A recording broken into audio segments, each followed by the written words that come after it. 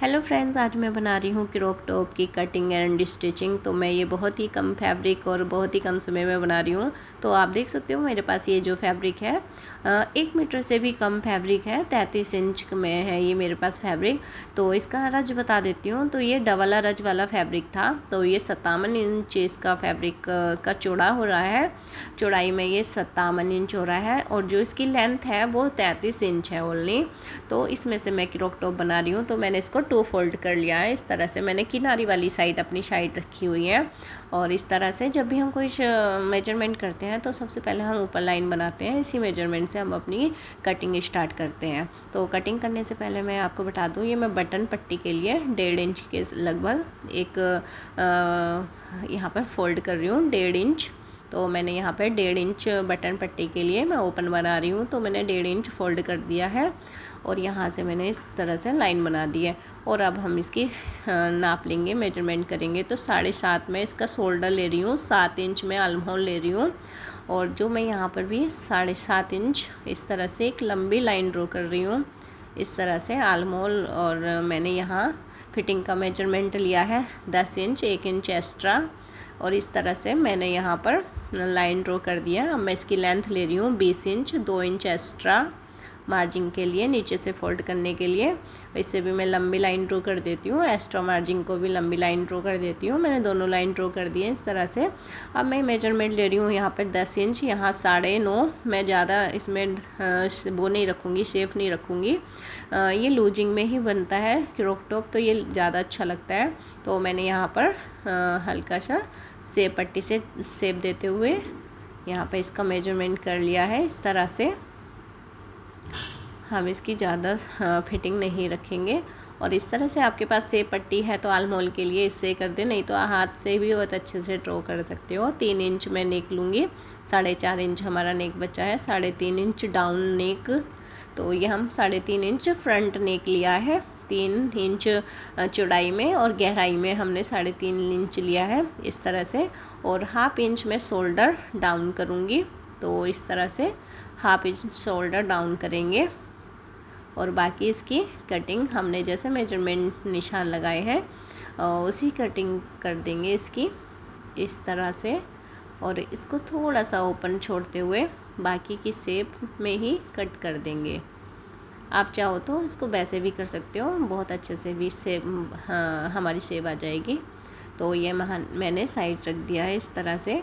अब जो बचा हुआ फैब्रिक है ये मेरा इधर की साइड जो एंड है तो आप देख सकते हो यहाँ पर मेरा ये ओपन एरिया नहीं है, जो एंड एरिया है। तो हम इसमें से बैक पार्ट की कटिंग कर रहे हैं। तो हमने बैक पार्ट को बिछाते हुए हमने फ्रंट पार्ट को इसके ऊपर रखा है और 1 इंच हमने इसको एक्स्ट्रा रखा है।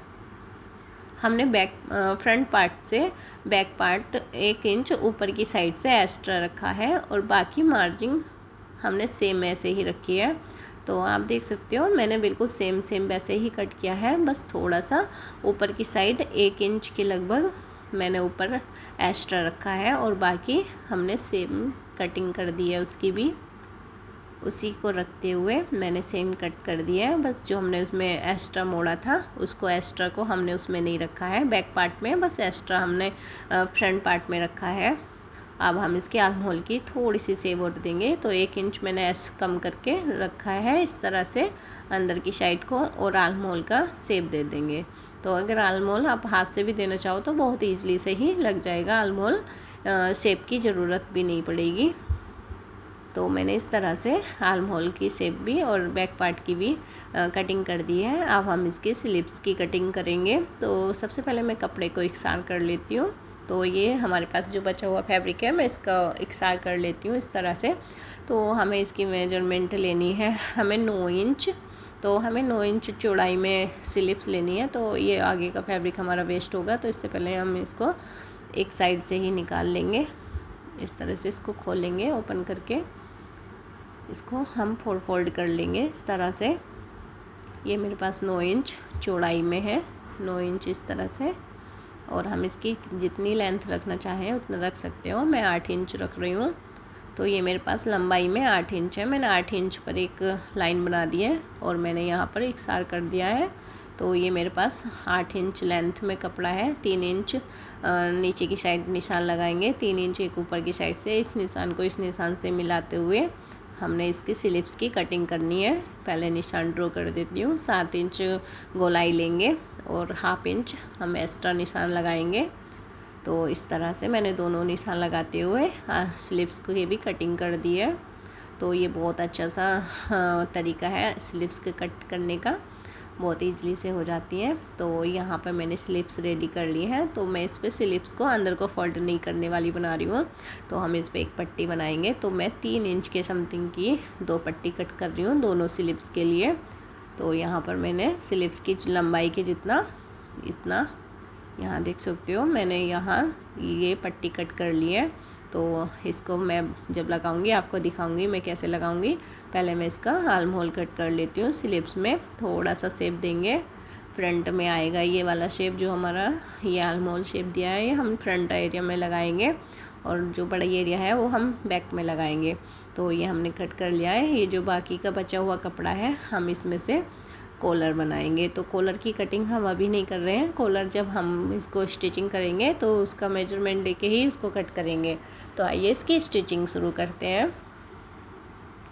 तो जैसे कि ये हमारे पास फैब्रिक है, ये हमारे पास बैक पार्ट और फ्रंट पार्ट दोनों है। तो हम बैक पार्ट को साइड रखेंगे और जो ये हमें बटन पट्टी है इसको कैसे मैनेज करना है ये बताएंगे सबसे पहले। तो हम पहले इनको अलग कर लेंगे। इसको अलग करते हुए अब इसको हमें कैसे फोल्ड करना है मैं आपको बताऊंगी।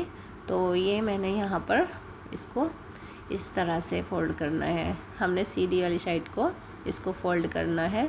अगर आपके पास यहाँ पर किनारी नहीं है तो आप इसको इस तरह से फोल्ड कर सकते हो। मेरे में किनारी है तो मैं इसको इस तरह से फोल्ड नहीं कर रही हूँ। अगर आपके पास किनारी नहीं है तो आप इसको इस तरह से फोल्ड कर सकते हो। तो मैंने यहाँ पर इस तरह से इसको रख के सिलाई लगा देनी है।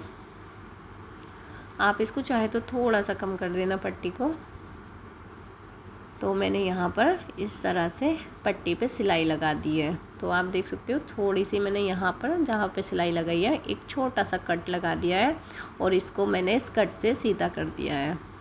तो यहाँ पर मैंने ये बटन पट्टी दोनों में इसी तरह से लगा के रेडी कर ली है और इस तरह से मैं अब इस पर सिलाई लगा दूँगी। तो बहुत ईजली से हमारी बटन पट्टी बन के रेडी हो जाती है। एक में हम बटन बनाते हैं और दूसरे में हम काज करते हैं इस तरह से। तो मैंने यहाँ पर बटन और काज पट्टी बना के रेडी कर दी है। तो मैंने यहाँ पर थोड़ी सी एक्स्ट्रा सिलाई इधर को लगा दी है जिससे कि हमारा धागा निकले ना। तो इस तरह से मैं दोनों में ही सेम सिलाई लगा के रेडी कर लिया है और आप देख सकते हो ये यहाँ पर कुछ इस तरह से दिख रहा है। तो ये हमारा फ्रंट पार्ट रेडी हो गया है। अब हम इस पर बैक पार्ट रखेंगे इस तरह से। तो ये मैंने बैक पार्ट ले लिया है। अब हम इसको शोल्डर को ज्वाइन करेंगे। तो इसके शोल्डर को पहले मैं सीधी साइड से ज्वाइन कर रही हूँ क्योंकि मैं इसकी अंडरग्राउंड सिलाई लगा रही हूँ तो इससे ज़्यादा फिनिशिंग आती है। आप चाहे तो एक बार में ही इसको उल्टी सिलाई लगा सकते हो। तो आप इस तरह से लगाओगे तो ज़्यादा फिनिशिंग आएगी। तो मैंने यहाँ पर बिल्कुल किनारे पे सिलाई लगाते हुए एक सिलाई लगा देनी है। अगर आपके धागे निकल रहे हो तो आप उसको कट भी कर सकते हो जिससे हमारी सीधी साइड बिल्कुल भी कुछ फिनिशिंग से दिखाई दे, धागे वागे ना दिखाई दे। तो इस तरह से मैंने अब इसको उल्टी तरफ रखते हुए दूसरी सिलाई लगा दी है। तो ये हमारे फिनिशिंग से अंडरग्राउंड सिलाई लग गई है शोल्डर पे। तो मैंने शोल्डर आपस में ज्वाइन कर दिए इस तरह से।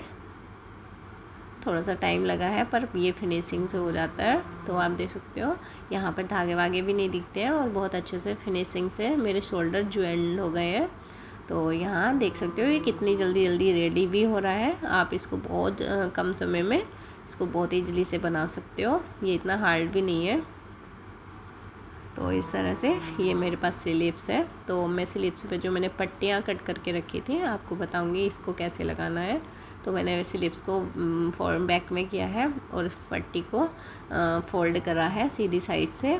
तो मैंने इधर उल्टी साइड से पट्टी को लगाया है एक पैर की सिलाई लगाते हुए।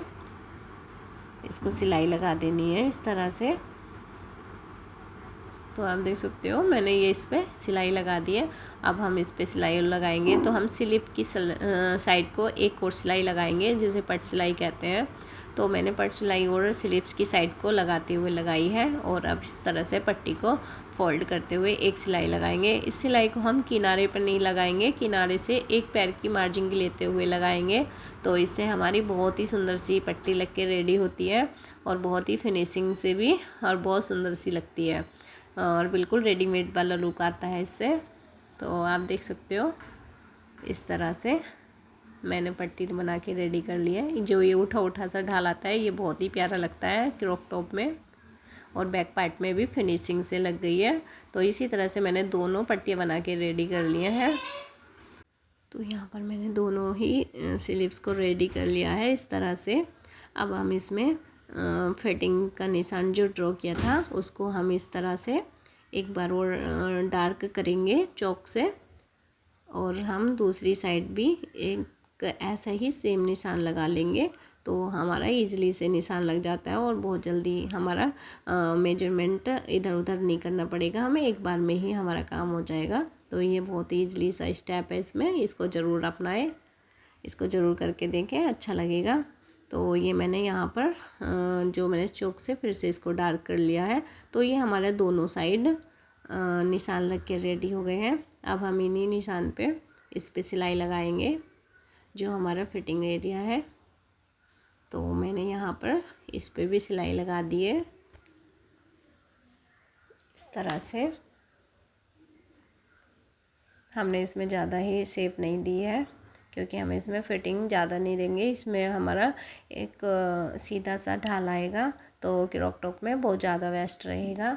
आप इसको लूजिंग में बनाएं तो ज़्यादा बेस्ट रहेगा। तो इस तरह से मैंने ये लूजिंग में ही बनाया है। तो ये मीडियम साइज़ के लिए बहुत ही परफेक्ट मेजरमेंट है। इस तरह से मैंने दोनों साइड सिलाई लगा के रेडी कर लिया है। तो आप देख सकते हो ये मेरा सिलाई लग के रेडी हो गया और जो हमारी पट्टियाँ आई हैं ये भी हमारी ऊपर नीचे आई हैं इस तरह से। और जो हमारा बैक पार्ट है वो थोड़ा सा ऊपर की साइड आया है, जो हमने खुद लाया है थोड़ा सा एक्स्ट्रा रखते हुए। अब हम इसकी स्लीव का मेजरमेंट लेंगे। तो स्लीव इस तरह के मेजरमेंट से आप लगा सकते हो, बहुत ईजिली से लग जाएंगे। अगर आपको स्लीव्स लगाने में कोई दिक्कत हो तो आप मेरे से कमेंट बॉक्स में बता सकते हो, मैं दूसरी तरह से स्लीव्स लगाने की भी वीडियो डाल सकती हूँ। तो आप मेरे को कमेंट करके ज़रूर बताएं आपको इस तरह की स्लीव्स में कोई दिक्कत तो नहीं होती है। वैसे आप इस तरह से मेजरमेंट लेके स्लीव्स को लगाओगे तो बहुत ही ईजिली ही आपकी स्लीव्स परफेक्ट लग के रेडी होंगी। तो मैंने दोनों साइड इसी तरह से निशान लगा लिए हैं। अब इस पर सिलाई लगाएंगे हम। तो मैंने यहाँ पर स्लीव्स पे सिलाई लगा दी है। थोड़ा सा यहाँ पर गोलाई पे हम इसको पक्का कर लेंगे, सिलाई लगा देंगे। तो यहाँ दूसरी भी मैंने रेडी कर ली है। तो मैंने यहाँ पर दोनों स्लीव्स को रेडी कर लिया है सिलाई लगा के। इसकी मोहरी को नापेंगे तो हमें सेम ही निशान पर इसको भी सिलाई लगानी है इस तरह से।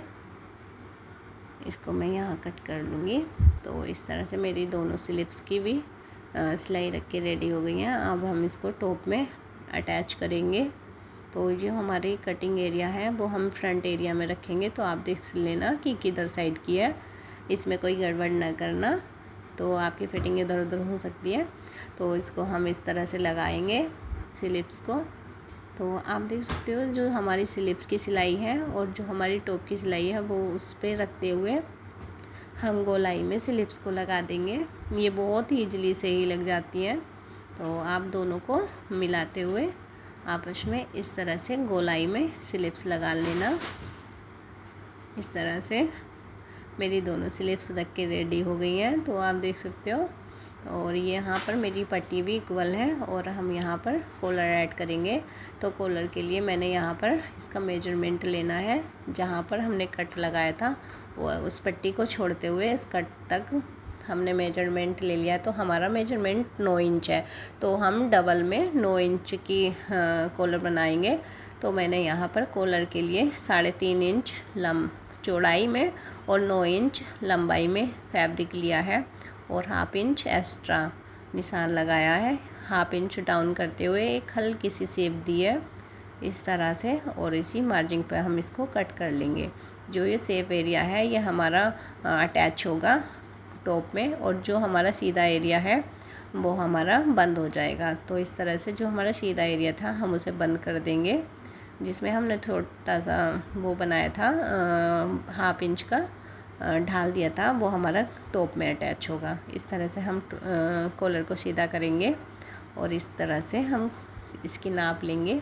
तो ये हमारा कॉलर हो गया है रेडी। अब हम इसको टॉप में अटैच करते हैं।